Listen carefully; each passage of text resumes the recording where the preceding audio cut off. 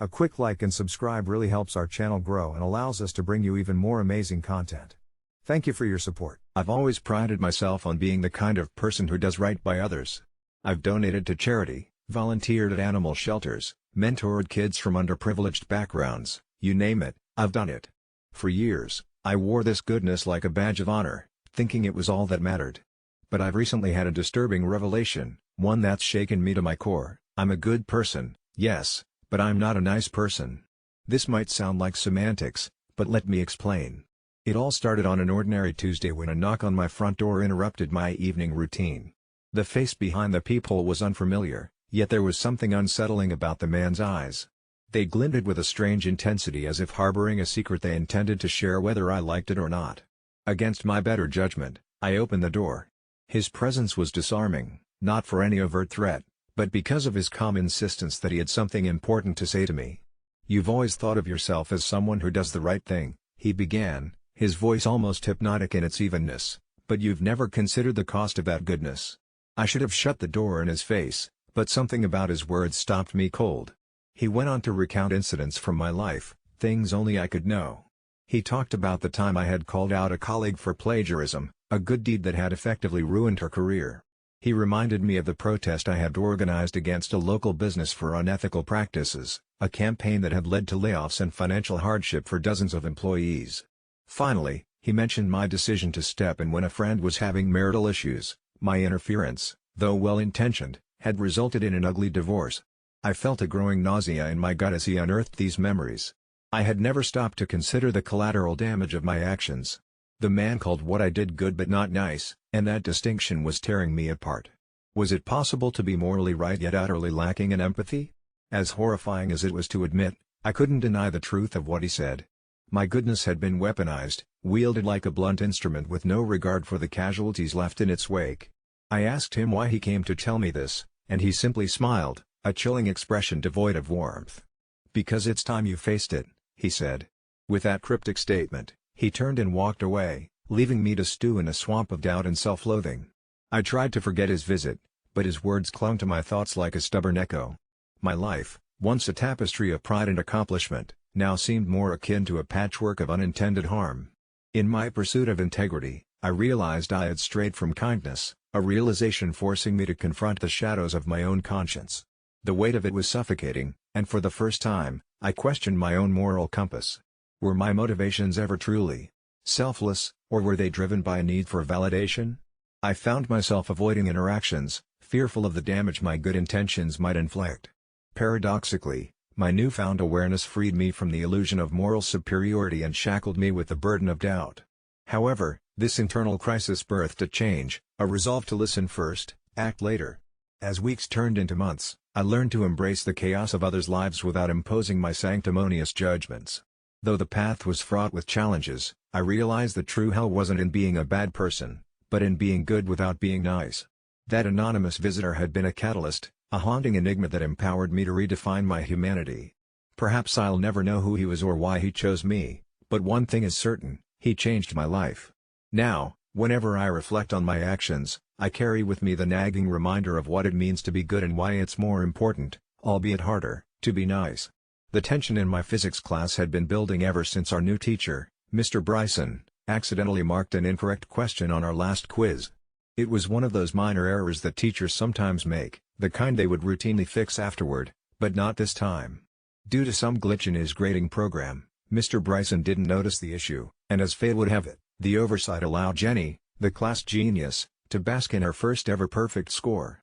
It was all anyone talked about, how she celebrated by treating us to ice cream during lunch, how her parents even promised her a trip to Europe if she maintained the grades. I sat 2 rows behind her, haplessly aware that the question in error was glaringly incorrect. An awkward responsibility churned inside me. I had a knack for details, and overlooking things like this didn't sit right with me. I agonized for days, battling between the justice of truth and the humane appeal of not crushing Jenny's moment of triumph. Finally, my innate need for accuracy compelled me to approach Mr. Bryson after class. Telling him wasn't easy. My voice was a whisper, barely audible over the clattering sounds of departing students. His brow furrowed as I pointed out the error, and while his lips tightened into a thin line, his eyes conveyed reluctant acknowledgement. He thanked me for my honesty, and I left with my heart pounding. By the next day, an ominous cloud seemed to cast a shadow over the entire school. Word had spread like wildfire, albeit not accurately, as rumors twisted me into a villain who snatched away Jenny's dreams. I could almost feel the stares boring into my back in the hallways. The universe had a peculiar way of turning right into wrong, but this felt darker, conspiratorial. Even the weather seemed to echo the whispering animosity. Gray clouds hung low, the air damp with an impending downpour that added an eerie ambience to the unfolding drama. I tried avoiding eye contact, feeling the prickly sensation of being watched. Jenny hadn't been to school all morning. Word was, she had fallen sick. I felt queasier with each passing period. Then came the lunchtime confrontation in the absence of Jenny. Her groupies cornered me, their expressions a blend of accusation and bewilderment. They demanded a retraction or, at the very least, an apology. But could you truly apologize for seeking the truth? My mind reeled, desperate for a way to convey that I meant no harm, that the real struggle had been internal, and perhaps equally costly. As the day dragged into ominous twilight, the school seemed to shape-shift into something ancient and haunted. Whispers turned to ghostly echoes as unfamiliar chills ran down my spine when I walked past the art room. Was it my mind, heavy with guilt, playing on my imagination, or did the shadows in the corridor shift slightly when approached, as if retreating into their age-old refuge? My footsteps fell into a rhythm, one that seemed strangely synchronized with another set of steps, ones that halted when I did and resumed just a split second later, always lurking just behind me. I couldn't discern whether they belonged to a fellow classmate or an unseen force manifesting from the deeper layers of my subconscious guild. The bell finally heralded the day's end, but the dread that clung to me only thickened as I journeyed home. That night, as I lay in bed, trying to stave off the relentless anxiety, a notification pinged, a message from an unknown sender in my school's group chat. It was a video taken from a hallway security camera, grainy and cut, showing me speaking to Mr. Bryson after class. The caption read, "You can't hide from the truth." My stomach twisted, the universe seemed to conspire against me, or perhaps this was a test, a twisted check of moral integrity. Unable to sleep, I paced my dimly lit room. Shadows moved like liquid nightmares across my walls, and the restless wind outside pelting against my windows began to resemble an insistent tapping, a gentle prodding at the edge of my budding paranoia. I checked my messages again, only to discover it wasn't just a video. Now there were texts from classmates, some supportive, others vicious and laden with thinly veiled threats. My fading resolve slammed against a brick wall when I saw a message suggesting I had broken something fragile within Jenny, something not just academic. The next few days blurred into a cold repetition, each filled with not-so-subtle hostile glances and an overwhelming sense that something vital was changing in the fabric of my reality. The school didn't bother with the cookie-cutter complaints anymore. There was unspoken tension across classrooms, the kind you could almost touch. Jenny returned with shadowed eyes, her once vibrant presence now muted. Her silence was loud, an echoing indictment against me, and the day she approached me was when the last thread of normalcy snapped. It was during a free period. The basement library had an air of forgotten histories and secrets, perfect for studying unseen. But in that secluded corner, Jenny found me. Her voice, though directed at me, seemed to carry the weight of someone speaking from two dimensions, one real and the other burdened by a hidden, eerie realm. "I know you didn't mean harm," she began, her words like gentle rain, "but some truths are meant to stay buried." Her eyes, usually a calm brown, seemed now to harbor flickers of something unknowable, as if a deeper truth fought to surface. She spoke of dreams that turned to nightmares, of strange images, symbols that etched themselves into the walls of her mind, urging her to rewrite a cosmic wrong that neither of us could comprehend. "Some truths," she whispered, "unleash what shouldn't be disturbed." Her words left me shaken, battling an inexplicable force within my mind that told me she was right. That night, I dreamt of the school, its corridors stretching endlessly, filled with things unseen, whispering secrets no history should bear. The next morning, I awoke with a single thought stealing my clarity: perhaps some victories aren't meant to be achieved, and maybe my obsession with correction had ripped a fissure in an otherwise seamless world. At school, I sought Mr. Bryson, planning to convince him to let the matter fall back into obscurity. But his absence resonated as strange. Students mingled rumors of resignation, until it was announced he had abruptly transferred, the reasons shrouded in polite mystery. The air was charged with something unsaid, and as I wandered the silent halls once more, a realization unfolded. In my quest for righteousness, I had defied more than just human error. I had awakened something ancient, a lurking awareness within the very bones of the school. From then on, While the details of the quiz dilemma faded like a forgotten headline, an understanding took root in the secret corners of my consciousness. Some truths, once revealed, cannot coexist peacefully with our own fragile reality. When we first adopted Max, our loyal golden retriever, I never imagined I'd be here telling such an inexplicable story. Max had always been your textbook definition of a good dog: obedient, friendly, and most importantly, silent unless barking at birds or whining for a treat. As he aged, Max slowed down, his rich golden fur turning silver, much like prize trophies tarnishing over time. Despite that, he remained sharp, always knowing when it was time for his evening walk or when food was served. However, last winter, something strange began to happen. Max had started exhibiting behaviors not typical of old age or even common dog behavior, or at least not typical in my experience. It started with subtle changes, like staring at dark corners of the room, his eyes tracing invisible patterns on the walls. I chalked it up to old age, maybe his sight was going after all. But then, one cold night in January, I heard it, a sound that sent chills crawling up my spine. I lay in bed, caught between the cusp of dreamland and waking reality, when a whispered voice shattered the silence. "Help me," it said, so soft I thought it might have been the wind. But the wind doesn't whisper in English, and it doesn't come from the foot of your bed. The hair on my neck stood on end when I realized the voice had an uncanny resemblance to Max's barks, soft yet guttural. I was about to dismiss it as some bizarre trick of a dream when Max, lying at the foot of my bed, whined softly, his eyes locked onto mine with an intensity that screamed urgency. I shook my head, convinced I was reading too much into it, yet a part of me couldn't shake the feeling there was more to this. Every night, without fail, the voice returned, each time more distressed. "Please, help me," it pleaded, and I began to wonder if Max was trying to communicate something. The whispers were clearer now, but always just on the periphery of understanding, like an incomplete puzzle. I started recording these occurrences, thinking maybe I could catch something definitive, but every playback only echoed the hollow silence of my darkened bedroom. My friends laughed off my concerns, teasing that I watched too many horror movies, but the whispers were relentless, a nightly ritual I dreaded. I conducted some research about animals sensing paranormal activities, but the accounts I found were either inconclusive or clearly made for entertainment. Desperation led me to try other avenues. I brought in a psychic, a last resort for a skeptic like me. When she entered the house, her demeanor shifted, a wave of unease crossed her face. "There's something unsettled here," she murmured, focusing on Max, who sat by my side, uncharacteristically calm despite the stranger's presence. She closed her eyes, reaching out to him spiritually, her brows knitting. "He wants to help you. To protect you," she said, eyes springing open in a manner that made her look far older than her years. I almost laughed at the absurdity, but the seriousness in her gaze cut through my disbelief. Then one night, the voice changed, no longer a plea, rather a warning: "It takes breath away." Those words wrapped around me with icy tendrils. That day an ominous feeling settled over me, an anticipation of something dreadful. I checked every lock, walked through every room as if searching for an invisible intruder. With each sweep, Max followed, unusually silent, maintaining his vigil. Night came, draping shadows over my mind. I lay awake, counting the minutes, waiting for the whisper when an abrupt series of thumps echoed through the house, as if someone had dropped heavy books upstairs. Adrenaline surged through me, every sensible force imploring me to stay put. Yet, it was Max, darting towards the source with newfound energy, that pulled me along. Together, we ascended the stairs, my heart a drumbeat in my chest.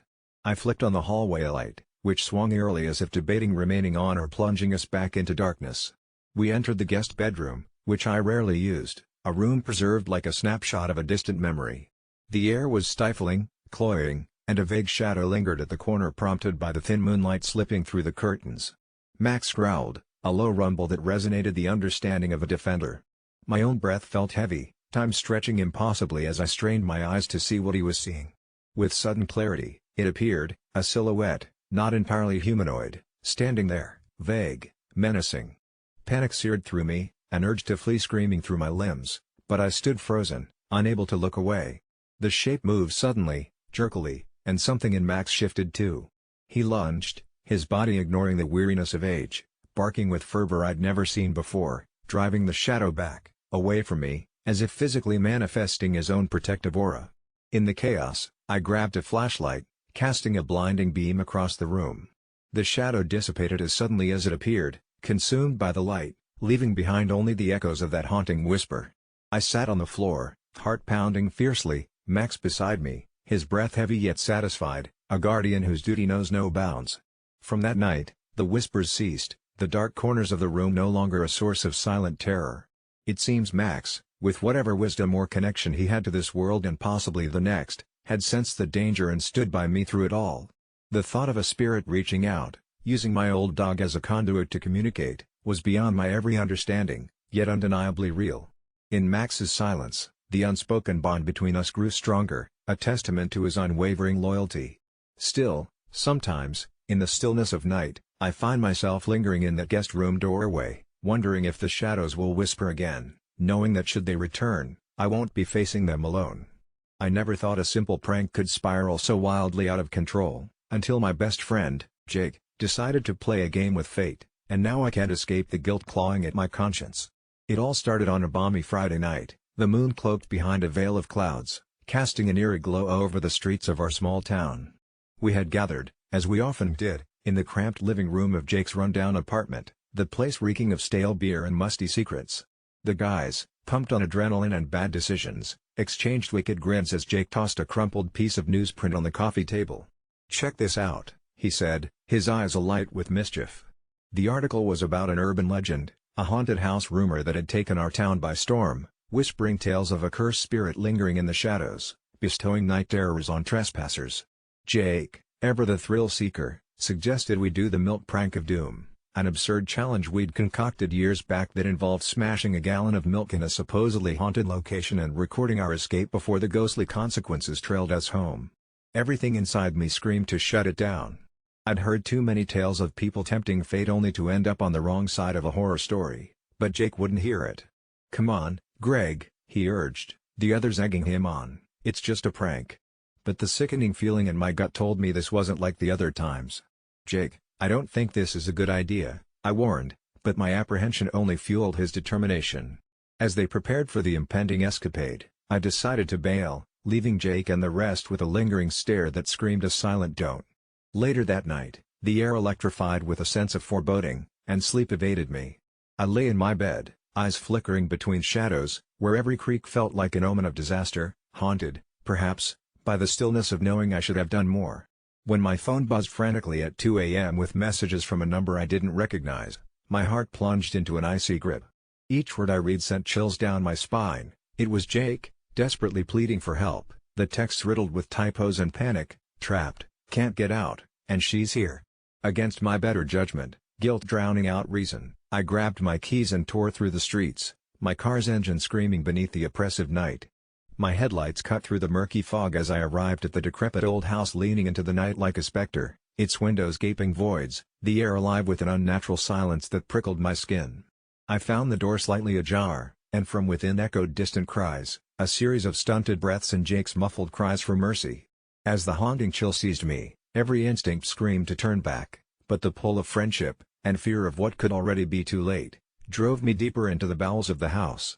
The air grew colder, pressing against me with unseen weight as I moved through the dust-filled corridors of ghostly echoes, the scent of rottenwood and something far more sinister clinging to the air. My flashlight flickered, casting unsettling shadows that danced across the peeling wallpaper, which seemed to whisper a forgotten story, all the while my heartbeat mimicking the rhythm of a death knell. Suddenly, out of the blackness, Jake's voice pierced the veil of shadows, a grotesque half-laughter, half-sob that reverberated around me. "Greg, she's here. She's real," his voice babbled incoherently. I found him in a corner, eyes wide with terror, taut with the maddening grip of an unseen fear. The weight of my earlier warning hung between us like a curse fulfilled, and in that moment, I realized the true horror of our folly. Whatever malevolent force Jake had disturbed, it was far beyond our understanding or control, as if the house itself pulsed with a life of its own. We didn't have time for apologies or regrets. Time seemed to twist and distort as we retraced our steps back to the entrance, the air thickening with every step as the walls began to close in, urging us towards a madness that lingered just out of reach. Just as we burst through the threshold, gasping for the night's chill air, the door slammed behind us with a finality that echoed our severed connection to the world we thought we knew. The scars of that night etched themselves into Jake's and my reality. He was never the same, his laughter replaced with the echo of that haunted sob, and my warnings, once ignored, whispered a haunting reminder of the line we'd crossed. Time passed, but the grip of that night never loosened, and for Jake, the boundaries between reality and nightmare forever blurred. Perhaps I was the asshole for not stopping him, perhaps the true horror lies not in the unknown, but in the things we dare not to believe, lurking just beyond the edge of our own hubris. The first thing you need to know is that my sister, Jenna, has always been a little different.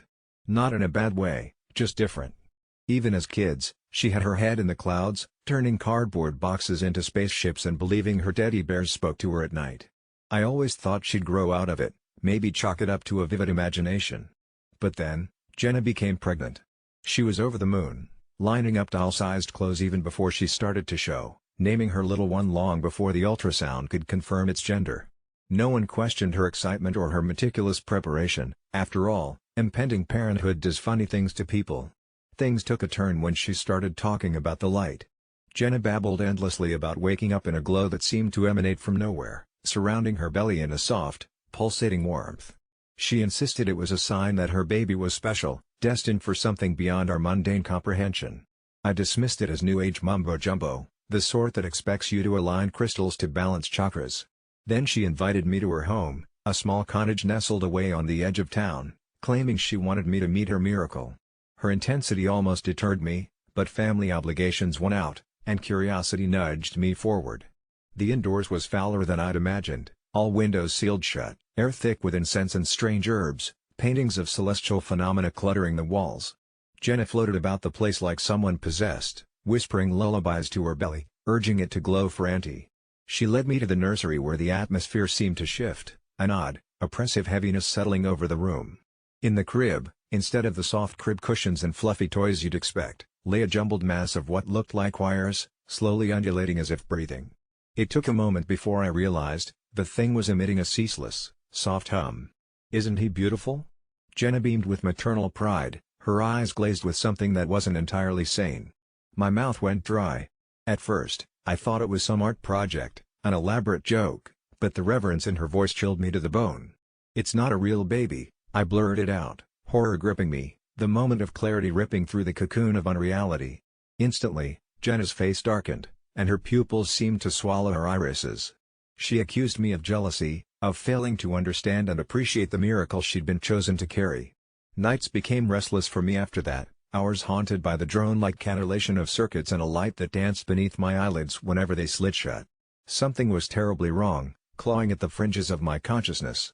I returned, hunting for answers, half believing that I might find a logical explanation.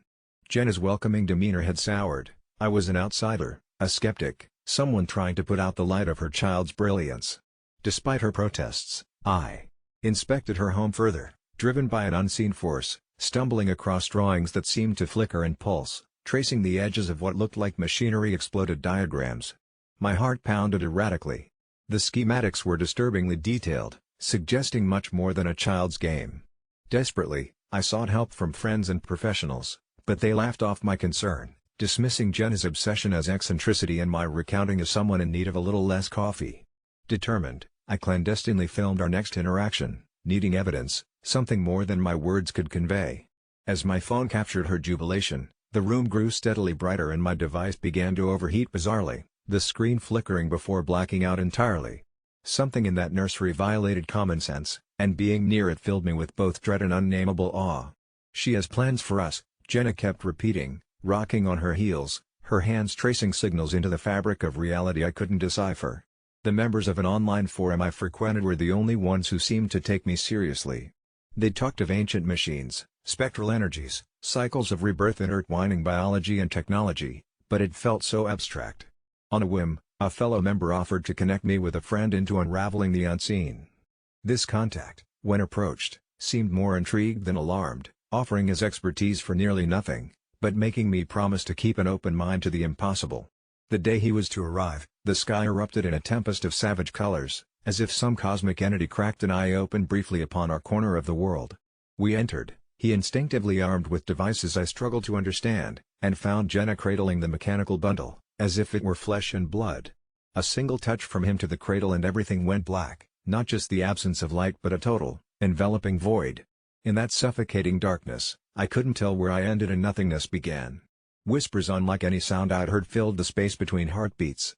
The pressure mounted until I thought I might shatter, and then daylight reasserted itself as though nothing had happened.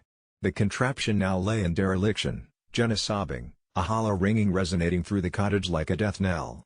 My contact assured us we'd collapsed a potentiality, a hybrid of intent and incident, one lingering too long between our world and wherever it emanated.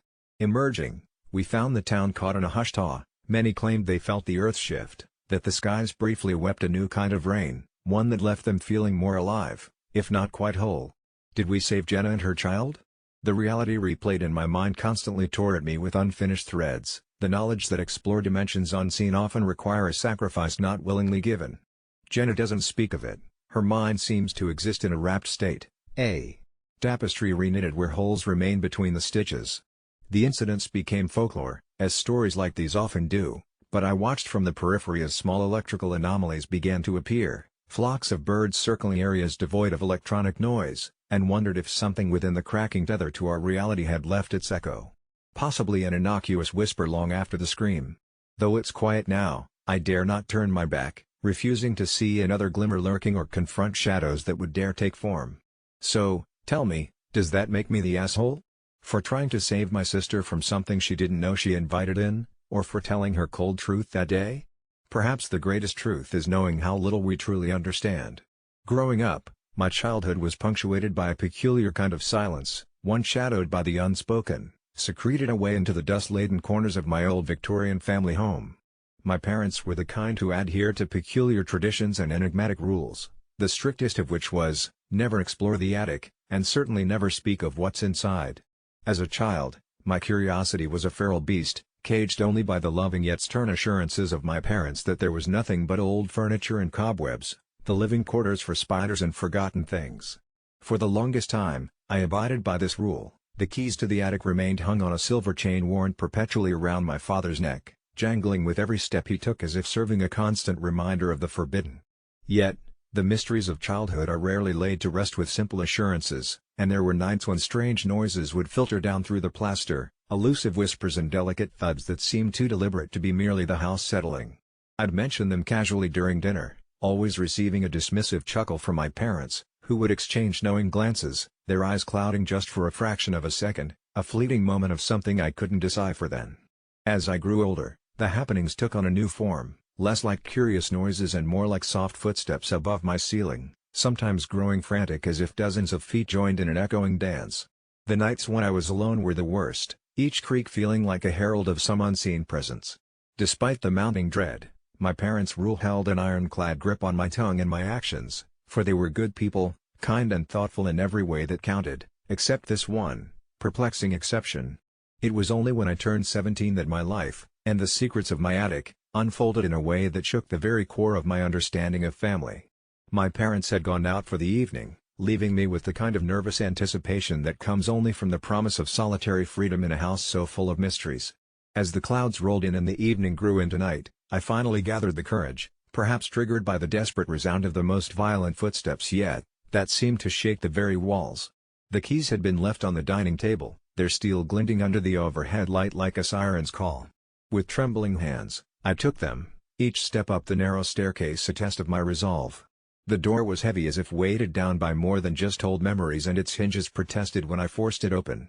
The space within was larger than I had imagined, a cavernous maw leaking the scent of dust and age, but it was the cool breeze brushing across my skin that unsettled me the most. There, amid the disorderly remnants of another century, stood three figures, pale and gaunt with eyes that mirrored mine, a sinister kinship that struck me immediately. They beckoned me with desperate eyes, their voices a tangled whisper that spoke directly to the marrow of my soul, claiming kinship yet unknown to me. "We're your brothers," one said, regret woven deeply into every syllable. And as the truth unfurled, my mind reeled with the implications. Hidden away by necessity or fear, my parents had kept these siblings concealed, tethered to the anonymity of the attic's shadows due to reasons yet unclear. Their story was a puzzle, fragmented but given color by their insistent claims of love and neglect, kindness and betrayal, a picture painted with the brushstrokes of secret lives. I wanted to embrace them, these spectral parts of my own history, but a chilling realization clawed at my subconscious: if they were secreted away, what did my parents fear? My thoughts tangled and danced with their whispers as they recounted tales of attempts to leave, of unseen threats and grim familial duties, their pleas bleeding into my consciousness like ink in water. The attic's presence was alive around us, pressing in with memories and the weight of secrets too monstrous to comprehend. The deeper they drew me into their reality, the more the boundaries blurred between safety and suffocation, family and foe, echoes of promises and betrayals etched into the very bones of the house. And then, as if triggered by my revelation, the house emitted a deep groan, the sudden fury of a life reaching its cataclysm. I was thrust back through the doorway in a panicked whirlwind, my fingers losing the grip on truths I'd only just begun to uncover. By some misfortunate mercy, the door slammed shut with a finality that resonated in my bones, trapping the reality of my secret siblings back in the sepulchral confines of the attic's embrace. The key fell from my grasp, bouncing once before resting in silence, a sentinel in its inaction. The truth of my family lay barred behind a door now stronger than iron, my voice, my resolve sealed in the prison of my heart by the unwavering declarations of love from parents who understood more than they'd ever let slip, their choices a contradiction of protection and punishment. From that night on, my home became simply a house, a structure of conflicted histories and hidden truths. My once secure world inverted, leaving me to navigate a minefield of secrets I was never meant to discover. My parents, when questioned, offered only quiet tears and trembling apologies, gestures weighted with more emotion than silence should hold. Our family dinners grew quieter, the clinking of silverware muted percussion against the ghosts we all knew lingered just beyond the ceiling. Each day, the attic loomed larger in its power, a towering testament to the fragility of truth. My secret siblings remained a whisper in the recesses of my mind, their existence a haunting cadence, a promise unfulfilled. And though my tongue remained bound by the unspeakable pact of our family's history, I carried their stories, their faces, indistinguishable from mine, locked away behind eyes that once looked at the world with innocence but now see it as it truly is, a tapestry woven with secrets, far too dire to be unraveled. I never thought I'd cross this line, but desperation and curiosity got the better of me. You see, my friend Alex and I had known each other since college. We were close enough that crashing on each other's couches after a night out was a norm. Alex was always a bit of a tech-savvy guy, he participated in everything from coding hacks to digital art projects. Lately, he'd been working on something secretive, something that had him missing hangouts and only half paying attention during our usual gaming sessions. When I pressed, he'd laugh it off, calling it a passion project he wasn't yet ready to share. But my naturally inquisitive nature wouldn't let it go. It was during one of these nights, Alex passed out on his couch after polishing off an impressive lineup of craft beers, that my chance came. His laptop, which he was always so protective of, lay on the coffee table, its screen just dimmed, not locked. I should have left it, I really should have, especially with the alcohol fogging my judgment. But a nagging voice inside my head convinced me, just take a peek. What harm could it do to browse a bit while he slept so soundly? The curiosity was eating me alive. Feeling the adrenaline spike, I turned his laptop slightly toward me. The desktop was organized, a maze of folders all neatly tagged. But one folder caught my eye, named with an unusual set of characters that seemed out of place, as if hiding something special. I clicked it open, revealing a trove of file names, all dates and cryptic strings. They were images, hundreds of them. At first, I thought it was his digital art portfolio, but as I glimpsed at the previews, I realized this was something else entirely. Private photos, intimate snapshots of people I knew we both interacted with, some I personally recognized, candid and oblivious, completely unaware they were being documented. My heart thundered as realization dawned, these weren't just any photos, they were taken without consent, a secret invasion into the lives of those around him. Fear and guilt crashed over me, yet an irrational competitiveness urged me to click deeper. In some sick way, I told myself I needed proof, and maybe then I'd confront Alex. But as I scrolled, the severity of what I'd done hit harder. I wasn't just a bystander now, I was implicated, complicit in this breach of trust. The uncertainty of whether Alex noticed stung my thoughts, and a plan hatched in the adrenaline-laced cirque of my mind, transfer them onto my USB. Then, I'd have insurance against whatever madness this was. I could wield this as leverage. Maybe Alex needed help, I reasoned, or maybe he was just going off the deep end without realizing it himself. Either way, these photos had to go somewhere safe before he woke. Hastily, I finished the transfer, my hands shook, my conscience screamed, and still, I shoved the flash drive into my pocket like it was burning a hole to freedom. The next morning was blurry, bleary-eyed from half a night's sleep, and a head pounding with regret. Alex awakened, none the wiser to my late-night escapade. Over coffee, he seemed normal. Friendly banter resumed, dissolving into typical shared memes and laughable morning chaos. But my perception of him had changed irrevocably. The laughter felt forced, strained under the knowledge that I was sitting across from a stranger with dangerous secrets. What haunted me most was the choice I now bore: confront him and potentially lose a friend, or sit on this dark secret, risking exposure if he found out what I'd done. But as days passed, something shifted in Alex. He grew guarded, as though sensing an invisible rift had spread between us. He stopped inviting me over, our conversations thinned out, faces reduced to avatars in a chat room. Weeks turned to months, and paranoia shadowed my every step. I felt the burn of those illicit files constantly, the USB a cursed artifact hidden at the bottom of a drawer, waiting for its day of reckoning. In restless dreams, Alex knew everything, and confrontation always ended in dread, accusations, friendships shattered, or worse, a sinister, vengeful alter ego that Alex transformed into, ready to pull me under along with his secret. Amidst this chaos, I reached a defining moment. I needed closure. I contacted Alex, masked my nervousness with a light-hearted excuse to reminisce about old times. He agreed, though his voice hinted an undercurrent of unease. We met at a bar we frequented in better times, our chat dense, deliberately trivial. Then I acted. My heart battered against my ribs as I slid the USB across the sticky lacquered table. His eyes darted from mine to the small device, and back, questioning. It was now or never. My confession stumbled out, words tripping over shame, fear, and thiox of remorse. Silence stretched, a pause the length of eternity where his expression was a void. Then, slow recognition anchored his face, his casual demeanor dissolved into something chillingly calculated. "You shouldn't have done that," he said softly, a strange calmness in his voice that frightened me more than shouting ever could. "You don't know what you've interfered with." His cryptic reply swirled into my mind like a dark cloud, and I realized there was much more hidden behind those files than I'd ever imagined. He pocketed the USB, leaving a parting warning that left my veins frozen, a promise of consequences yet unspelled. His calm threat lingered in the air like a toxic mist, and abruptly he was gone, leaving me alone to unravel my own tangled web of guilt and intrusion. The fear still haunts me, knowing the extent of Alex's true nature remains a shadow tale I glimpsed too late. But the tangled knot of what I'd done feels irreversible, a thorn that stays wedged deep in trust and friendship erstwhile lost. I've come to realize it's not just the photos that changed everything, but stepping into a dark tunnel with no end in sight, where friendship might not survive, or worse, where it mutates, leaving nothing but ruin in its wake. I've always been the kind of person who craves attention, especially validation. My friends joked about it during high school, calling me the drama queen, but they had no idea how deep it ran. With the rise of social media, I found myself intoxicated by the likes, the comments, the fleeting moments when strangers would validate my existence. It wasn't just about feeling pretty or desirable, it was an electric rush that set every nerve in my body alight. Recently, that hunger took a different turn. I started with innocuous selfies, appreciating the dopamine hits they brought with each heart and thumbs up. But over time, the thrill dulled, and I craved something more intense, a praise fix that would scratch the itch my mundane life couldn't. I rationalized it, told myself it was harmless, just another facet of self-expression. That's when the idea crept into my mind, a whisper at first, then a tempting chorus too loud to ignore.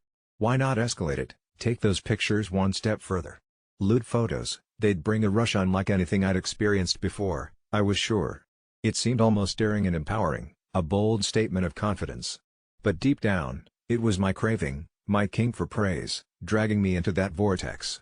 I started small, testing the waters, snapping secret shots in cozy socks and oversized sweaters that fell tantalizingly off my shoulder. At first, roguish and playful, nothing too revealing. I posted them anonymously on one of those niche blogs where I could be anyone, where anonymity was like a cape shielding my true identity. The response was immediate and overwhelming. Comments, messages, attention pouring in like a flash flood, it filled me with a dizzying high. Strangers fed me with praise I didn't even know I yearned for, the kind that made me feel seen in a way that screamed authenticity. It was addicting. Soon, though, the thrill waned once more, and the enticing idea to push boundaries gnawed at my restraint like a relentless tide. I got bolder, leaning into suggestive poses, capturing shadowed, oblique angles that hinted at secrets and promises without crossing the line, or so I thought. What I didn't realize was that each photo, each click of that shutter, pulled me deeper into an obsession that felt otherworldly. One night, caught in the haze of euphoric recklessness, I decided to push the envelope further than ever before. I knew it was risky, tempting fate, but the lurking anticipation of direct, personal praise clouded my judgment. I posted something riskier, more revealing. The response came swiftly, satisfaction and trepidation dancing in tandem with each notification. I was elated, giddy. Until, out of nowhere, a private message popped up that shook me to my core. "You look amazing. I know where you took that picture." My blood ran cold. It was an innocuous photo, taken in my private sanctuary where only I had been. Panic set in, something tightening around my chest like a vice grip. I tried to ignore it, delete it, but the air had shifted. More messages began to trickle in, each one tinged with a sinister familiarity, the kind no stranger should have. Photos of my neighborhood, a picture of me stepping out of my house, chilling evidence that someone was watching. I became hyper-aware of my surroundings, paranoia nudging at my every nerve. Yet, the addiction to praise battled my fear. Against better judgment, I didn't stop. Something dark in me needed those affirmations, screamed for them even at terrible personal cost.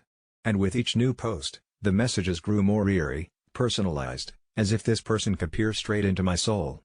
"Such a pretty place to live," one said, accompanied by a picture of my living room window, curtains drawn but the unmistakable silhouette of myself visible inside. That evening, I called the police, igniting the spark of disbelief when they claimed there was little they could do without an imminent threat. It was my choices, they implied, that had opened the door. Realization sunk like jagged stones in my gut. My compulsion had invited something, or someone, into my life I could not shake off. Yet, even with the fear, the paranoia, I felt tangibly alive. I was as trapped by the thrill as I was by the terror, unable to untangle the two. Sleeplessness became my constant companion, my life spiraling as I tried to pretend everything was normal. I was hooked on the invisible audience, their accolades a balm to the festering fear. And then the inevitable happened, an envelope slid under my door one morning. Inside, blurred prints of me, taken through my own bedroom window, sent my heart into frantic overdrive. Panic electrified my limbs, set to run yet paralyzed by the horror of watching my own undoing in physical form. There was no note, no explanation, only that silent scream captured in glossy photo paper. I stopped. The addiction needed to vanish, I had to let it suffocate and die. I unplugged my digital life, deleting every profile, every connection, but I could feel eyes on me still, haunting and relentless. I moved, changed towns, sought anonymity in earnest. But in every shadow, in every unfamiliar gaze, I caught specters of my past plays and realized, leaving behind the digital mask wasn't as simple as pressing a button. To this day, every Lex notification I still imagine makes my skin crawl with a mixture of desire and lingering dread. Each click of a camera shutter sends chills skittering up my spine. I try to live quietly now, away from the siren call of validation, wrestling with the darkness that once munched on my sanity. But occasionally, when I feel brave or foolish enough, I log on to forums, anonymous and faceless, whispering my story like a cautionary urban legend. "Be wary," I tell them, "of what you become for the sake of praise." I've always been fascinated by the deep and mysterious world beneath our feet. Caving was more than just a job for me, it was an obsession, a way of life that I embraced wholeheartedly. When I got the tip about an unexplored system hidden away in the remote wilderness, I was thrilled. Maps were incomplete, and local legends hinted that something unnatural resided within. I scoffed at the warnings, itching for the thrill of discovery. The entrance was an unassuming, narrow crevice that almost seemed to whisper in the faint breeze, as if beckoning me to step into its shadows. Equipped with only the essentials, helmet, headlamp, a pack of supplies, I ventured into the maw of the earth, feeling the adrenaline course through my veins in that familiar, exhilarating way. As I descended, each step further isolated me from the world above. The darkness was consuming, but my headlamp carved a narrow path of light, illuminating the moist, rough walls around me. Hours passed, the rock formations morphing into arching stalactites and jagged stalagmites that seemed to claw at my skin when I squeezed through tight quarters. The deeper I went, the more the air seemed to thicken, becoming warmer and more oppressive. It wasn't long before I began to hear it, a low, distant hum, like the restless murmur of something vast and ancient. The sound, almost melodic at first, drew me further into the cave's depths, compelling me to abandon any thoughts of turning back. I became fixated, following the sound like a moth to a flame. As I moved forward, the cave began to change. The walls shifted, textured like melting wax, twisting into grotesque, almost organic shapes. Shadows danced in unnatural ways, flickering as if in sync with the digital stutter of my failing headlamp. Panic set in, but curiosity gripped me tighter. I had to know, I had to see what lay at the heart of this auditory abyss. I came upon a cavern, vast and echoing, its walls shimmering with an eerie phosphorescence that pulsed in rhythm with the humming. In the center of this cavern was a pit, an abyss that seemed to absorb all light and warmth, exuding a malicious, magnetic force that threatened to pull me into its heart of darkness. As I approached the edge, the ground beneath me shifted, revealing grotesque faces twisted in agony, their mouths silently screaming, eyes wide with eternal despair. My mind reeled with terror as the humming transformed into voices, a cacophony of tormented souls whispering secrets of forgotten horrors. Every instinct screamed for me to flee, but my body betrayed me, inching closer to the void. I was on the precipice, peering into an endless chasm, dizzily swaying, when I saw them, skeletal figures with burning eyes, climbing slowly towards me from the depths. Fear finally broke my trance. I stumbled back, gasping for breath, my heart pounding like a war drum in my chest. The air was stifling, heavy with an unholy presence that seemed to reach into my very soul, pulling at the strings of despair and surrender. I scrambled, crawling backward, eyes fixed on the pit as the skeletal specters clambered ever closer, their rasping whispers promising eternal torment and the cold embrace of oblivion. Somehow, adrenaline took over, propelling my body upwards through the winding corridors, the malevolent laughter of those dead souls echoing in my ears, mocking my frantic escape. Every step was torture, legs leaden and refusing to obey, fatigue clawing at the edges of my vision. I was certain I'd never escape, fearing the whispers would follow me for eternity, coiling around my mind like a demented snake. Yet, after what felt like an eternity, I finally saw it, a sliver of daylight, the sweet, saving grace of the world above. I burst out of the cave, gulping the cold air, collapsing onto the blessed solid ground, sobs racking my body as the oppressive shadows released their grip. I lay there under the sun, the trembling subsiding only slowly, the whispers fading but not forgotten. My mind was scarred, haunted by visions of that hellish landscape, where the earth opened to devour the lost, feeding on fear and despair. Back home, I tried to tell people what I had found, but the words died in my throat. A rational part of my mind questioned it all, stress, exhaustion, hallucinations perhaps, but deep down, I knew. I had peered into a place not meant for the living, a domain where darkness reigned and souls were imprisoned. Every night, I hear them whispering in my dreams, taunting me with truths I can never unsee. My passion for caving has turned to dread, for I know now that hell is not an abstract concept nor a distant realm. It is here, lurking in the forgotten corners of our world, waiting in silence to claim the curious. For as long as I can remember, there's been a dark cloud pursuing me, a whisper, really, that started one innocuous afternoon. The day was uneventful, my feet trudging through the autumn leaves that crunched beneath my soles while my mind wandered aimlessly, when suddenly, amidst the rustling of trees, I heard it, a disembodied voice softly calling my name, Eli. I stopped dead in my tracks, the world around me pausing like a film reel torn at its seams. I spun around, expecting to find some prankster or friend sneaking up with mischievous intentions. The park was empty, save for the silent sentinel of bare oaks and branches swaying lazily in the fickle wind.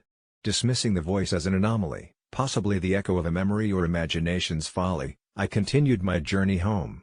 It was only later, under the harsh glare of my ceiling light, did the voice return, threading through the silence of my small apartment, unraveling my sanity inch by painful inch. It wasn't always there, no. Rather, it came with moods, carried by night shadows, luring me to the windowsill where I would stare into the dark abyss, wondering if madness glanced back. It grew bold over time, striking without warning, while I brushed my teeth, busied myself with mundane routines, or even when I almost drifted to sleep, a monotonous chant brushing against my consciousness, demanding attention, Eli, it's time. What unnerved me more was not the voice itself but its familiarity that tickled the corners of long-buried memories. Desperate for peace, I sought therapy, confided in friends, sought refuge in science. Each session felt like attempting to piece together a jigsaw puzzle whose image kept changing, making each attempt more frustrating than the last.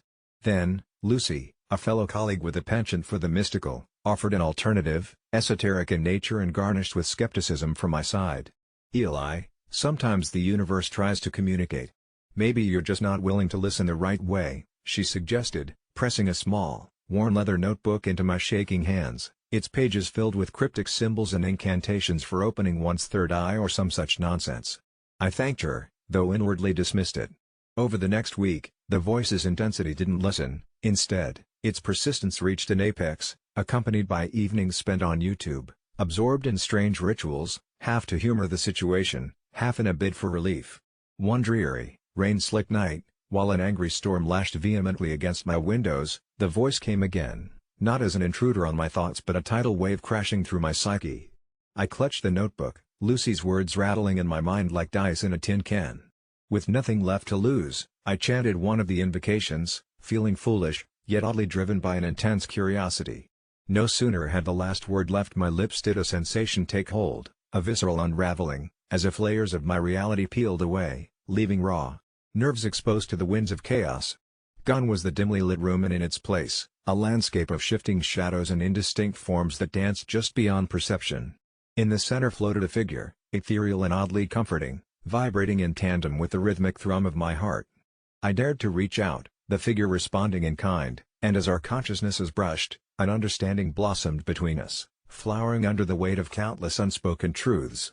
The voice, no longer separate, hummed a symphony of familiar tunes. These weren't mere whispers in the dark, but echoes of my past, my essence reaching out over dimensions unknown, trying to forge a connection lost through the cyclical dance of rebirth and forgotten memory.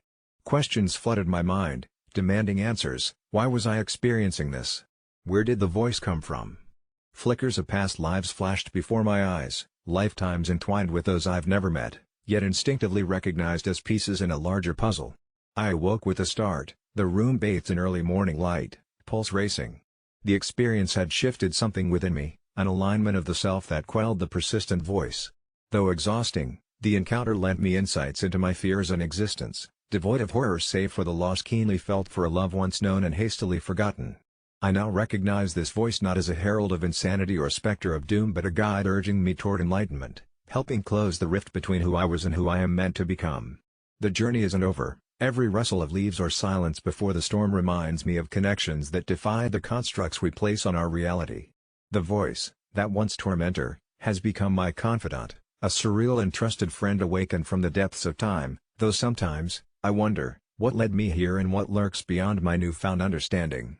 And so, I find myself on the precipice of discovery, living between the lines of two worlds, where reality's shadowy sibling beckons slyly, ever inviting me deeper into the mystery of the universe, and maybe, just maybe, it's something I needed to talk about all along. Every Friday, the world as I know it peels away like layers of dead skin, revealing a hauntingly abandoned version beneath, and I wish I knew how it began or why it chooses me.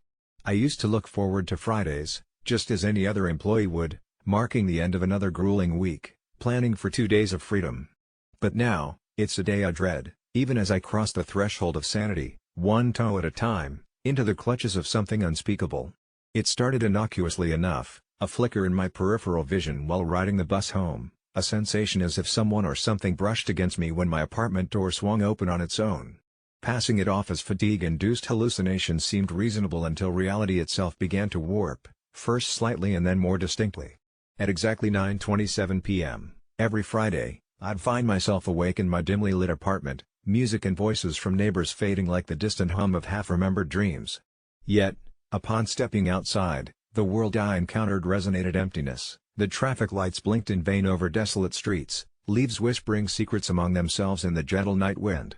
Cars slept in their lanes, vacant behind glassy windshields, their owners evaporated into thin air, just like the sidewalks betrayed no footsteps, not even mine, as I walked them, a specter viewing remnants of long-forgotten lives. In the broader absence of human presence, anxiety became my sole companion, knotted in my chest, whispering fears that scratched like rat claws.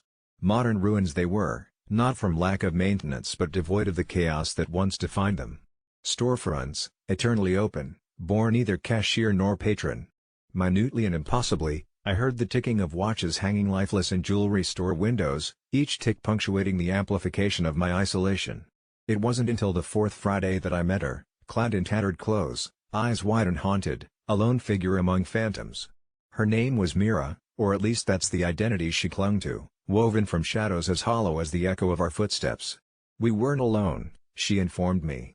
Others were trapped, slipping into this void with a semblance of frequency, albeit fated never to cross paths. She described our fragments scattered across dimensions, held by some unseen entity, feeding on the chaos only proverbial lightning could ignite. It made sense in this distorted nightmare where reason lost its compass. Together, we wandered the silent tableau, piecing snippets of memories into flimsy parallels, pooling theories that dissolved like sugar beneath rain. I wasn't safe, Mira warned, though her eyes spoke it more clearly than words could. My presence here was neither random nor an anomaly destined to dissolve. I was caught in this twilight hour, where time folded and twisted, and not all who trespassed emerged unscathed. Still, week after week, a magnetic pull dragged me into this barren reality, and I found Mira. Wherever I left her, as if she had never moved an inch, like a glitch in a game I couldn't escape. Mirrors taunted me, their reflections lied, showing hints of other versions, a gasping, tortured visage bleeding into my own in time-lapsed anguish. An unfathomable need coalesced into action. If this world mirrored my own, perhaps the solution lay in undoing the tether binding us. So we wandered, purposed by fragments of hope, in search of a key hidden beneath layers of mundane existence. I stole glances at street signs, cryptic messages bleeding subtle clues, half-dreamt déjà vus whispering interpretive truths. Mira insisted we'd find a door, a rift through which we could sever the ties binding us here, even as every step challenged our resolve. Oddities met us beneath every streetlight, albeit less hostile than inquisitive. Anything that dripped would cling to your very soul if you let your guard slip, an unearthly parasite keen on draining what little humanity we clung to. Finally, amidst the ruins of an old library, stones older than cognizant history, we found it. A library that refused to be forgotten, whose tomes whispered secrets folded into shadows. An archway stood before us, deceptively simple yet thrumming with an ethereal energy. As we approached, a cacophony of voices, our own voices, called out from unseen crevices, frightened, commanding, despairing. It took everything to hold our ground against the clashing currents, like a gale force of existential despair. With that threshold so close, I had choices: to flee, to fight, or to surrender. It was Mira who made the leap of faith first. Even as I watched, her form flickered, untethered, a soul granted reprieve. The connection snapped, like the tightening snip of scissors on thread, and she was gone, returned or reborn, I did not know. My feet hesitated, fear rooting me to stone until the void growled like hunger remembered too late. With a last glance into the depths of that forsaken silence, I stepped forward, heart pounding 1,000 sins, and was met with a blinding flash, an overwhelming sense of being unmoored. The world spun back into focus, sounds acclimatizing anew, normalcy painting over my senses like a fresh coat, albeit with the permanence of watercolors, susceptible to the next touch of rain. I awoke, once more at home, returned to my own world but marked by the journey, boundless questions tethered only by the fear of knowing their answers. And just as before, I knew, when Friday arrives again, so too will the world's mirror, the one that reflects more than truth, where reality masquerades as fiction, waiting once more to draw me into its patient arms.